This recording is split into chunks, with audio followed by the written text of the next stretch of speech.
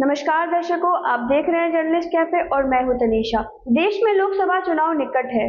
ऐसे में आपको बताएंगे कि विधान परिषद और विधानसभा चुनाव में क्या फर्क होता है, इन दोनों सदनों में सदस्यों को क्या कहकर बुलाया जाता है, एमएलए और एमएलसी में क्या फर्क होता है, इसके साथ ही इन दोनों का कार्यकाल कितना होता है और इन पर जिम्मेदारियां क्या होती हैं।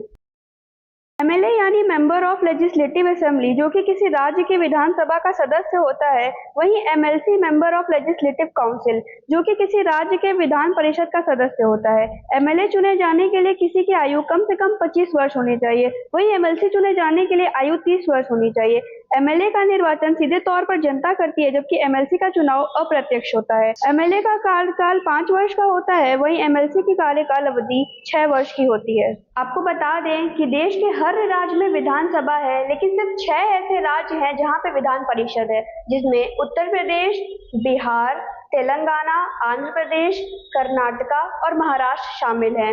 ऐसे में यह सवाल स्वाभाविक है कि देश में संवैधानिक प्रावधान होने के बाद भी सिर्फ 6 राज्यों में ही क्यों विधान परिषद है, बाकी जगह क्यों नहीं। आइए इस सवाल का आपको जवाब देते हैं। हालांकि संविधान में राज्य के लिए 2 सदनों वाले विधानमंडल का प्रावधान तो है, पर यह उनके लिए अनिवार्य या बाध्यकारी नहीं किया गया है। इसलिए ज्यादातर राज्यों ने इस 1 सदन वाले विधानमंडल का विकल्प चुन रखा है। इनमें एक दूसरा मसला वित्तीय संसाधनों का भी है, क्योंकि 2 सदनों वाले विधानमंडल को चलाने में खर्च भी तुलनात्मक रूप से ज्यादा आता है और राज्यों के पास वित्तीय संसाधनों के अक्सर कमी रहती है। इसलिए तीसरा यह भी है कि विधान परिषद की शक्तियां बहुत सीमित होती हैं, इसलिए भी इसे अपनाने से राज्य परहेज करते हैं। चौथा मामला संवैधानिक प्रावधान का है, जिसमें कहा गया है कि विधान परिषद संवैधानिक राज विधानसभा की 1/3 सदस्यों की संख्या वाली हो। उनमें कम से कम 40 सदस्य होने जरूरी हैं। मतलब 120 सदस्य से कम सदस्य जिस राज्य में विधानसभा में है, वहां विधान परिषद नहीं हो सकता।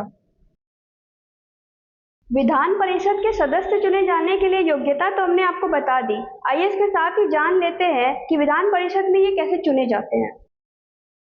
विधान परिषद चुनाव में 1/3 सदस्यों को विधायक चुनते हैं। इसके अलावा 1/3 सदस्यों को नगर पालिका, जिला पंचायत और क्षेत्र पंचायत के सदस्य चुनते हैं।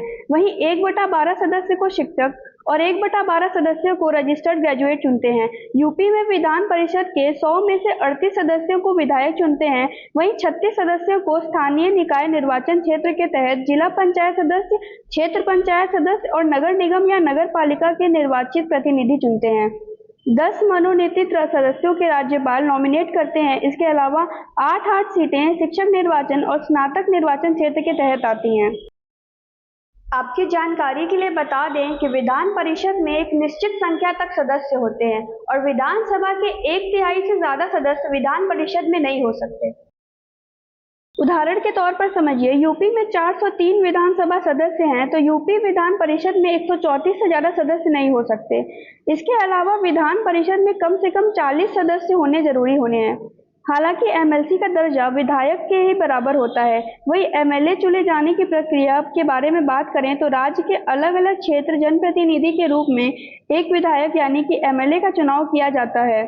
क्षेत्रों की संख्या मतदाताओं की संख्या पर आधारित होती है। मतदाताओं के मतदान करने के बाद ही विधायक का चुनाव किया जाता है। इसके साथ ही विधायक अपने क्षेत्र की सभी समस्याओं को राज्यसभा में पेश करते हैं और राज्य सरकार द्वारा जारी की गई सभी योजनाओं को जनता तक पहुंचाते हैं और जनता की सभी परेशानियों का समाधान करने का भी प्रयास करते हैं। फिलहाल हमारे आज के वीडियो में बस इतना ही। देश दुनिया की और भी खबरों के लिए देखते रहिए जर्नलिस्ट कैफे।